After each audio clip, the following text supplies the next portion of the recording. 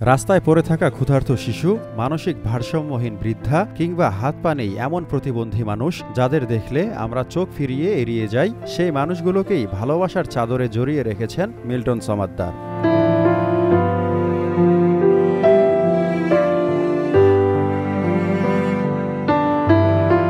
ঢাকার উপকণ্ঠ সাভারে অবস্থিত মিল্টনের child and old age care, তার হাত ধরেই গড়ে ওঠা এক মানবিক আশ্রম। এখানে আশ্রয় পেয়েছেন শতাধিক অসহায় মানুষ। তারা পাচ্ছেন মাথা গোঁজার ঠাঁই, খাবার, ঔষধ, চিকিৎসা এবং সবচেয়ে বড় জিনিস, একটি পরিবার আর ভালোবাসা।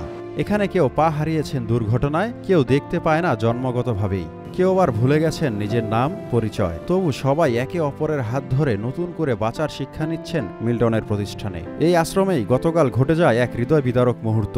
বেশ কিছুদিন আগে হারিয়ে যাওয়া এক মানসিক ভারসাম্যহীন নারীকে খুঁজে পান তার মেয়ে। আশ্রমেই তাদের পুনর্মিলন। কেউ চোখের পানি ধরে রাখতে পারেননি।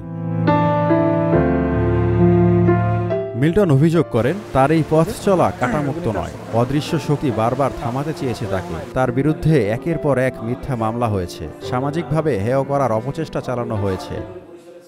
ওখানকার 2024 সালে মে মাসের দিকে, এপ্রিলের শেষে মাঝামাঝি সময় আর কি, এটি টোলটা শুরু হয় যে আমি কিডনি পাচার করি, মানব পাচার করি, কঙ্কাল পাচার করি।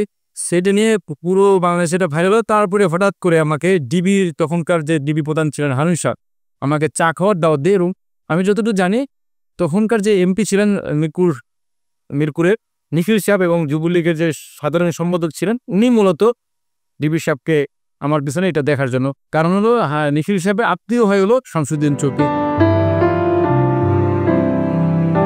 যখন রাষ্ট্র কিংবা সমাজ অনেক সময় দায়িত্ব এড়িয়ে চলে, তখন একক ব্যক্তিগত উদ্যোগে দাঁড় করানো এই মানবিক আশ্রমই যেন এক সাহসী প্রতিরোধ।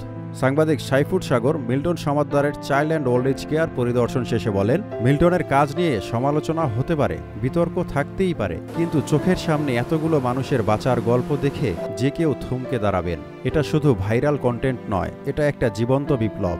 যা দেখলাম তা আমার কাছে মনে হচ্ছে পুরো বাংলাদেশের একটা চাকরি দেখলাম। কত অসহায় আমরা। এখানকার যে ট্রিটমেন্ট তারা পাচ্ছে, যে কেয়ারটা তারা পাচ্ছে, সে নিয়ে আমি মন্তব্য করছি না, সেটা ভিন্ন বিষয়। কিন্তু যে মানুষগুলিকে নিয়ে আসছে, তারা যে পরিবেশে ছিল আর এটা যে পরিবেশে আছে, সেটি আসতে অনেক অবর্ণনীয়। এই যে বিষয়গুলি, এই প্রতিষ্ঠানের বিষয়ে অনেক অভিযোগ আছে, সেই অভিযোগ আমরা এখনও তদন্ত করছি, আমাদের টিম তদন্ত করছো, এসব নিয়ে আমরা পরবর্তীতে আলোচনা করব। তবে আমি মনে করি এত কিছুর পরেও কেউ এখানে এক রাত এসে কষ্ট করে থাকার সেই সক্ষমতা সুস্থ মানুষের নাই।